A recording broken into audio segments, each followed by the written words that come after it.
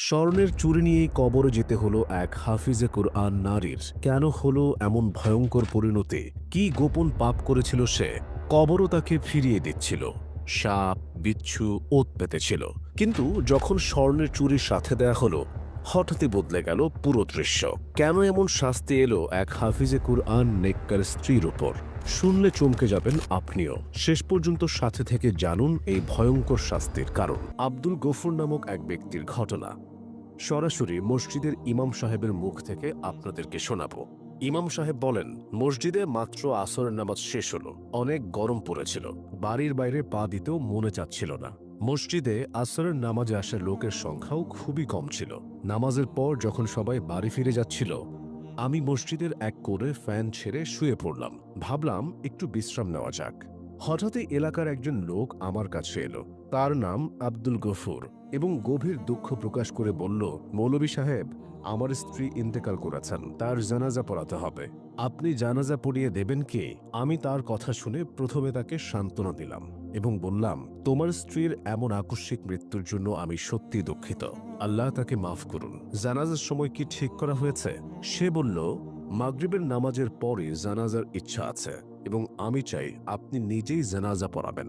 আব্দুল গফুরের কথা শুনে আমি তার কাঁধে হাত রাখলাম। তাকে সান্ত্বনা দিয়ে বললাম, তুমি চিন্তা করো না, আমি জানাজা পড়িয়ে দিব। এর মধ্যেই মসজিদে মক্তব পড়তে শিশুরা আসতে শুরু করলো। আব্দুল গফুর বাড়ি ফিরে গেল। আমি তার স্ত্রীর মৃত্যু নিয়ে গভীর দুঃখ অনুভব করলাম, কারণ আব্দুল গফুরের বয়স মাত্র ৩০ ছুঁই ছুঁই, আর তার স্ত্রী প্রায় ২৩ থেকে ২৫ বছর বয়সী হবে। তাদের দুই ছোট ছোট সন্তান ছিল। আমি শিশুদের জন্য দুঃখ করলাম, কারণ তাদের মা এত কম বয়সে ছেড়ে চলে গেল।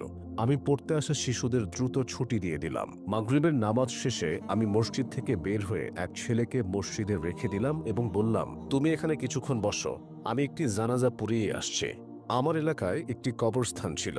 তার বাইরে জানাজার স্থান তৈরি করা হয়েছিল। আমি যখন সেখানে পৌঁছালাম, অনেক লোক সেখানে উপস্থিত ছিল।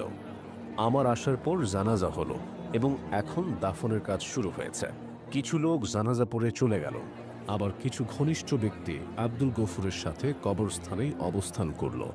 আমি নিজেও আব্দুল গফুরের জন্য খুবই মর্মাহত এবং চিন্তিত ছিলাম। তাই তাকে সাহস দেওয়ার জন্য আমি তার পাশে থেকে সাহায্য করছিলাম। কবর আগেই খোঁড়া হয়ে গিয়েছিল এবং তখন মৃতদেহ কবরের মধ্যে নামানো হচ্ছিল। কিন্তু যে সময় মৃতদেহ কবরের মধ্যে নামানো হচ্ছিল, হঠাৎ কবর সংকীর্ণ হয়ে পড়ল এবং কবরের ভেতর থেকে অদ্ভুত আওয়াজ আসতে লাগল। আর কবরের ভেতরে অনেক ভয়ঙ্কর সাপ, বিচ্ছু দেখা যাচ্ছিল। এরা মৃতদেহকে কামড়ানোর জন্য